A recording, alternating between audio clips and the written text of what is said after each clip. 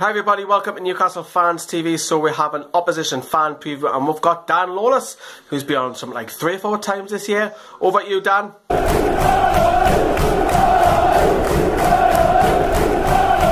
What's happening, Newcastle fans? Dan Lawless here from West Ham Fans TV for Newcastle Fans TV. Having a little look, a little preview at the game at the London Stadium this Saturday, West Ham versus Newcastle. Giving you a bit of a West Ham perspective.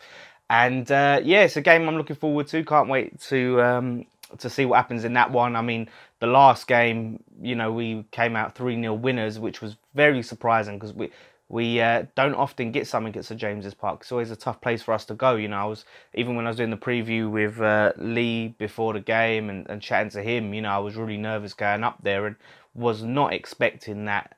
Great performance. I'm hoping we can emulate that. But you guys have picked up some form, and I think you guys might have picked up a little bit of form actually going into that game as well. You seem to have picked up a good run of form. So it has got me worried. And with West Ham, you just never know what West Ham's going to turn up, to be honest with you. I mean, we just faced Man City, and really good performance for the most defensive performance, I'll say. I mean, it's Man City, one of the best teams in the world.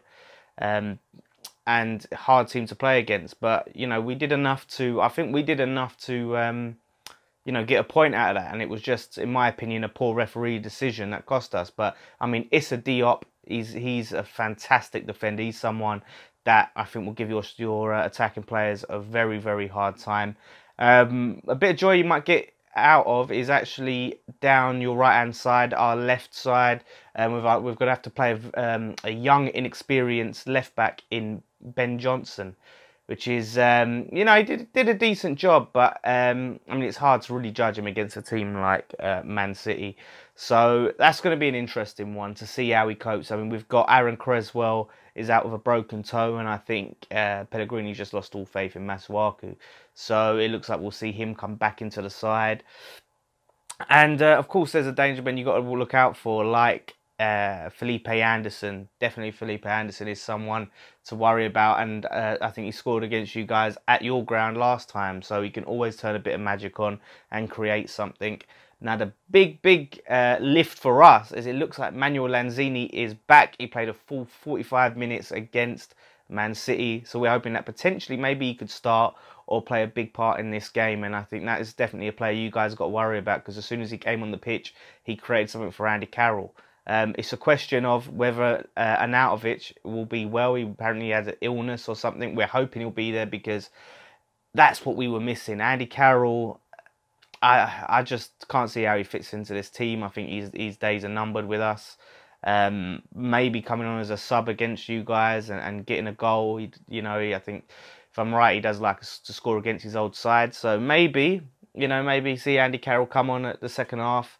You know, he did have a good shot on target. I think it was our only shot on target against Man City. So who knows? I want to see Arnautovic back. If Arnautovic is back and you've got the likes of Lanzini and Felipe Anderson with him, then you know they're gonna give your defensive players a lot of trouble because of the creativity, the link-up play, and that's what Pellegrini likes to play. He likes to play these quick one-touch passes and things like that. So I'm excited. Obviously, now what I've seen is the big debate, the big question that I've seen on social media now is this whole Declan Rice versus Sean Longstaff thing. And I'll be honest with you, I hadn't heard of Sean Longstaff until this debate came about.